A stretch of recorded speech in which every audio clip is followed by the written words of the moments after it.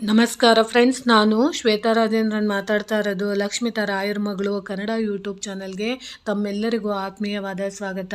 ಸ್ನೇಹಿತರೆ, ಎಲ್ಲ ಹೇಗಿದ್ದೀರಾ? ಚೆನ್ನಾಗಿದ್ದೀರಾ? ನಾನು ಕೂಡ ಚೆನ್ನಾಗಿದ್ದೀನಿ. ಸ್ನೇಹಿತರೆ, ನಾನಿವತ್ತು ನಿಮಗೆ ಒಂದು ವಿಶೇಷವಾದ ಮಾಹಿತಿ ಕೊಡ್ತಾ ಇದ್ದೀನಿ. ಅದೇನಪ್ಪ ಅಂದರೆ, ನಾವು ದಿನನಿತ್ಯ ಬಳಸುವಂಥ ಪೊರಕೆಯ ಬಗ್ಗೆ ನಿಮಗೆ ಒಂದಿಷ್ಟು ಮಾಹಿತಿನ ತಿಳಿಸುವಂಥ ಪ್ರಯತ್ನ ಪಡ್ತೀನಿ. ಯಾಕಂದರೆ ನಾವು ಮಾಡುವಂಥ ಚಿಕ್ಕ ಪುಟ್ಟ ತಪ್ಪುಗಳನ್ನ ಮಾಡಿಬಿಟ್ಟು ಆಮೇಲೆ ನಾವು ದೇವರನ್ನ ದೂಷಿಸೋದ್ರಲ್ಲಿ ಅರ್ಥ ಇರೋದಿಲ್ಲ. ಯಾಕಂದರೆ ದಿನನಿತ್ಯ ಬಳಸುವಂಥ ಪೊರಕೆ ಅದು ಬಂದು ಮಹಾಲಕ್ಷ್ಮಿ ಸಾನ್ನಿಧ್ಯ ಆಗಿರುತ್ತೆ. ನೀವು ಈ ಬದಲಾವಣೆಗಳು ನಿಮ್ಮ ಮನೆಯಲ್ಲಿ ಆಗಿದೆ ಅಂತ ನೀವು ಕೆಲವೊಮ್ಮೆ ಪರೀಕ್ಷೆ ಮಾಡ್ಕೊಳ್ಳಿ. ಯಾಕಂದರೆ ನಾವು ದಿನನಿತ್ಯ ಬಳಸುವಂಥ ಪೊರಕೆಗೆ, ನಾವು ಲಕ್ಷ್ಮೀ ಸಾನ್ನಿಧ್ಯ ಇರುವಂಥ ಪೊರಕೆಗೆ ನಾವು ಗೌರವ ಕೊಟ್ಟಾಗ ಮಾತ್ರ ಮಹಾಲಕ್ಷ್ಮಿ, ಸ್ಥಿರ ಮಹಾಲಕ್ಷ್ಮಿ ನಮ್ಮ ಮನೆಯಲ್ಲಿ ಇರೋದಕ್ಕೆ ಸಾಧ್ಯ ಆಗುತ್ತೆ. ಯಾಕಂದರೆ ನಾವು ಪೊರಕೆನ ಯಾವತ್ತಿನ ದಿನನೋ ಯಾವುದೋ ಗಳಿಗೆಯಲ್ಲಿ ನಾವು ತಂದಿದ್ದೆ ಆದರೆ ಮನೆಯಲ್ಲಿರೋವಂಥ ಮಹಾಲಕ್ಷ್ಮಿ ಕೋಪಗೊಂಡು ಮನೆ ಬಿಟ್ಟು ಹೋಗೋವಂಥ ಚಾನ್ಸಸ್ಸು ತುಂಬ ಇರುತ್ತೆ. ಅಂಥದ್ರ ಕಡೆ ನೀವು ಖಂಡಿತವಾಗ್ಲೂ ನಿಗಾನ ವಹಿಸಿ. ಯಾಕಂದರೆ ಮಹಾಲಕ್ಷ್ಮಿ ಸಾನ್ನಿಧ್ಯ ಅಂತಂದರೆ ಪೊರಕೆ, ಅದನ್ನು ನಾವು ಎಲ್ಲಂದರೆ ಅಲ್ಲಿ ಇಡ್ತಾ ಇರ್ತೀವಿ, ಯಾವತ್ತಿನ ದಿನನೂ ತರ್ತಾ ಇರ್ತೀವಿ.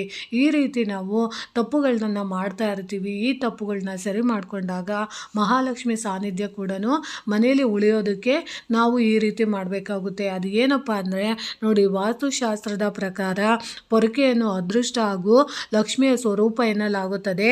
ಆದರೆ ಕೆಲವೊಂದು ಸಂದರ್ಭದಲ್ಲಿ ಪೊರಕೆಯಿಂದ ಕಸ ಗುಡಿಸುವುದನ್ನು ಮಾಡಿದರೆ ಅದೃಷ್ಟ ಕೈಬಿಟ್ಟು ಹೋಗುತ್ತೆ ಅನ್ನೋದಾಗಿ ವಾಸ್ತುಶಾಸ್ತ್ರದ ಪ್ರಕಾರ ತಿಳಿಸಲಾಗಿದೆ. ವಾಸ್ತುಶಾಸ್ತ್ರದ ಪ್ರಕಾರ ಕಸ ಗುಡಿಸುವುದರ ಬಗ್ಗೆ ಸಾಕಷ್ಟು ನಿಯಮಗಳ ಉಲ್ಲೇಖವಾಗಿದೆ. ಇನ್ನು ಶಾಸ್ತ್ರಗಳ ಪ್ರಕಾರ ವಾರದಲ್ಲಿ ಕೆಲವೊಂದು ದಿನಗಳಲ್ಲಿ ಪೊರಕೆಯನ್ನು ಖರೀದಿಸುವುದು ಅಶುಭ ಎಂಬುದಾಗಿದೆ ಪರಿಗಣಿಸಲಾಗಿದೆ. ಹಾಗಿದ್ರೆ ಆ 2 ವಾರಗಳು ಯಾವುವು ಮತ್ತು ಪೊರಕೆಯ ವಿಚಾರದ ಬಗ್ಗೆ ವಾಸ್ತುಶಾಸ್ತ್ರದಲ್ಲಿ ಇರುವಂತಹ ಕೆಲವೊಂದು ಪ್ರಮುಖ ಮಾಹಿತಿಗಳು ಏನು ಎಂಬುದನ್ನು ಇವತ್ತಿನ ವಿಷಯದಲ್ಲಿ ನಾವು ತಿಳಿದುಕೊಳ್ಳೋಣ. ನೋಡಿ, ವಾಸ್ತುಶಾಸ್ತ್ರದ ಪ್ರಕಾರ ಸೋಮವಾರದಂದು ಪೊರಕೆಯನ್ನು ಯಾವತ್ತೂ ಕೂಡ ಖರೀದಿ ಮಾಡಬಾರದು.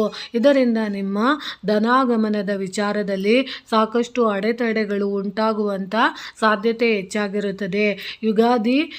ಯುಗಾದಿ ಅಪ್ಪಿತಪ್ಪಿಯೂ ಯುಗಾದಿ ಹಬ್ಬದ ದಿನ ಕೂಡ ಪೊರಕೆಯನ್ನು ಖರೀದಿ ಮನೆಗೆ ತರಬಾರದು. ಅಂದರೆ ಸೋಮವಾರದ ದಿನದಂದು ಪೊರಕೆಯನ್ನು ಖರೀದಿ ಮಾಡಿದರೆ, ಮನೆಗೆ ತಂದರೆ, ಈ ರೀತಿ ಮಾಡಿದರೆ ನಿಮ್ಮ ಮನೆಯಲ್ಲಿರುವಂಥ ನೆಗೆಟಿವ್ ಎನರ್ಜಿಗಳು, ಅಂದರೆ ಋಣಾತ್ಮಕ ಬಾಧೆಗಳು ನಮಗೆ ಕಷ್ಟ ಕೊಡೋದಕ್ಕೆ ಸಹಾಯ ಮಾಡುತ್ತೆ. ಅದಕ್ಕೋಸ್ಕರ ನೀವು ಯುಗಾದಿ ಹಬ್ಬದ ದಿನನೂ ಕೂಡ ತರಬಾರ್ದು. ಆಮೇಲೆ ನೀವು ನೆಗೆಟಿವ್ ಎನರ್ಜಿ ಅನ್ನೋದು ಸೋಮವಾರ ನೀವು ತಂದಿದ್ದೆ ಆದರೆ ನೆಗೆಟಿವ್ ಎನರ್ಜಿ ಅನ್ನೋದು ಜಾಸ್ತಿ ಆಗುತ್ತೆ. ಅಂಥ ಟೈಮಲ್ಲಿ ನೀವೇನು ಮಾಡಬೇಕು, ಜೀವನದಲ್ಲಿ ಬರುವಂಥ ಖರ್ಚುಗಳು ಹಾಗೂ ಸಾಲದ ಮೊತ್ತ ಕೂಡ ಹೆಚ್ಚಾಗುವಂತಹ ಸಾಧ್ಯತೆ ಇರುತ್ತೆ. ನೀವು ಕೂಡ ಲಕ್ಷ್ಮೀ ದೇವಿಯನ್ನು ಪ್ರಸನ್ನಗೊಳಿಸಬೇಕು ಎನ್ನುವಂತಹ ಆಸಕ್ತಿ ಇದ್ದರೆ ಯಾವತ್ತೂ ಕೂಡ ಸೋಮವಾರದ ದಿನದಂದು ಪೊರಕೆಯನ್ನು ಖರೀದಿಸುವಂಥ ದುಸ್ಸಾಹಕ್ಕೆ ಕೈ ಹಾಕಬೇಡಿ. ಇದರಿಂದ ನೀವು ಜೀವನದಲ್ಲಿ ಸಾಕಷ್ಟು ಸಮಸ್ಯೆಗಳನ್ನು ಎದುರಿಸಬೇಕಾಗಬಹುದು. ಶನಿವಾರ ದಿನದಂದು ಕೂಡ ಪೊರಕೆಯನ್ನು ಖರೀದಿ ಮಾಡಬೇಡಿ. ಶನಿವಾರದ ದಿನದಂದು ಸಾಮಾನ್ಯವಾಗಿ ಎಣ್ಣೆ ಹಾಗೂ ಲೋಹದ ವಸ್ತುಗಳನ್ನು ಖರೀದಿ ಮಾಡುವುದು ಅಪಶಕುನ ಎಂಬುದಾಗಿ ಪರಿಗಣಿಸಲಾಗುತ್ತದೆ. ಅದೇ ರೀತಿಯಲ್ಲಿ ಪೊರಕೆಯನ್ನು ಖರೀದಿ ಮಾಡುವುದು ಕೂಡ ವಾಸ್ತುಶಾಸ್ತ್ರದ ಪ್ರಕಾರ ಶನಿವಾರ ಸಮಸ್ಯೆಗಳನ್ನು ತರಬಹುದಾದಂತಹ ಪರಿಣಾಮವನ್ನು ಉಂಟು ಮಾಡುತ್ತದೆ ಎಂದು ಹೇಳಲಾಗುತ್ತದೆ. ಒಂದು ವೇಳೆ ನೀವು ನಿಮ್ಮ ಜೀವನದಲ್ಲಿ ಲಕ್ಷ್ಮಿಯ ಕೃಪಾ ಕಟಾಕ್ಷವನ್ನು ಹೊಂದಬೇಕು ಅಂತ ಇದ್ದರೆ ಯಾವತ್ತೂ ಕೂಡ ಶನಿವಾರದ ದಿನದಂದು ಪೊರಕೆಯನ್ನು ಖರೀದಿ ಮಾಡುವುದಕ್ಕೆ ಹೋಗಬೇಡಿ. ಆರ್ಥಿಕ ಸಂಕಷ್ಟವನ್ನು ಕೂಡ ನೀವು ಕಾಣಬೇಕಾದಂತಹ ಸಾಧ್ಯತೆ ಇರುತ್ತದೆ. ಕೇವಲ ಲಕ್ಷ್ಮೀದೇವಿಯ ಕೋಪಕ್ಕೆ ಮಾತ್ರವಲ್ಲದೆ ಶನಿಯ ಕೋಪಕ್ಕೂ ಕೂಡ ನೀವು ಗುರಿಯಾಗಬಹುದು. ಒಂದು ವೇಳೆ ನಿಮ್ಮ ಮನೆಗೆ ಹೊಸ ಪೊರಕೆಯನ್ನು ಖರೀದಿ ಮಾಡಬೇಕು ಎನ್ನುವಂತಹ ಪ್ಲ್ಯಾನ್ ನಿಮ್ಮ ತಲೆಯಲ್ಲಿದ್ದರೆ ಶುಕ್ರವಾರ ಹಾಗೂ ಮಂಗಳವಾರ ದಿನದಂದು ಇದನ್ನು ಖರೀದಿ ಮಾಡಬೇಕು. ಇದರಿಂದ ಲಕ್ಷ್ಮೀ ಮಾತೆಯ ಕೃಪೆ ನಿಮ್ಮ ಜೀವನದಲ್ಲಿ ಇರುತ್ತದೆ. ಇನ್ನು ಅಕ್ಷಯ ತೃತೀಯ ದಿನದಂದು ಕೂಡ ನೀವು ಪೊರಕೆಯನ್ನು ಖರೀದಿ ಮಾಡುವುದು ಸಾಕಷ್ಟು ಶುಭ ಎಂದು ಪರಿಗಣಿಸಲಾಗುತ್ತದೆ.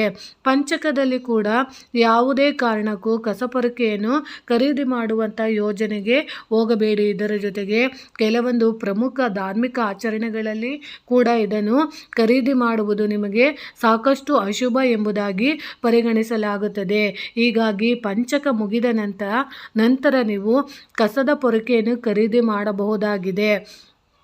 ವಾಸ್ತುಶಾಸ್ತ್ರದ ಪ್ರಕಾರ ಪೊರಕೆಯನ್ನು ಎಲ್ಲಿ ಇಡಬೇಕು ಎಂದರೆ, ಒಂದು ವೇಳೆ ನಿಮ್ಮ ಮನೆಯಲ್ಲಿರುವ ಪೊರಕೆಯು ಪ್ರತಿಯೊಂದು ಕೆಲಸಗಳು ಸರಿಯಾಗಿ ನಡೆಯಬೇಕು ಹಾಗೂ ನಿಮ್ಮ ಜೀವನದಲ್ಲಿ ಕೂಡ ಸಮೃದ್ಧಿ ಹೆಚ್ಚಾಗಬೇಕು ಎನ್ನುವಂತಹ ಆಸೆ ಇದ್ದರೆ ನಿಮ್ಮ ಮನೆಯಲ್ಲಿ ಹಣದ ಕೊರತೆಯನ್ನು ನೀಗಿಸಲು ಉತ್ತರ, ಪಶ್ಚಿಮ ಅಥವಾ ಪಶ್ಚಿಮ ದಿಕ್ಕಿನಲ್ಲಿ ಪೊರಕೆಯನ್ನು ಇಡುವುದು ಒಳ್ಳೆಯದು.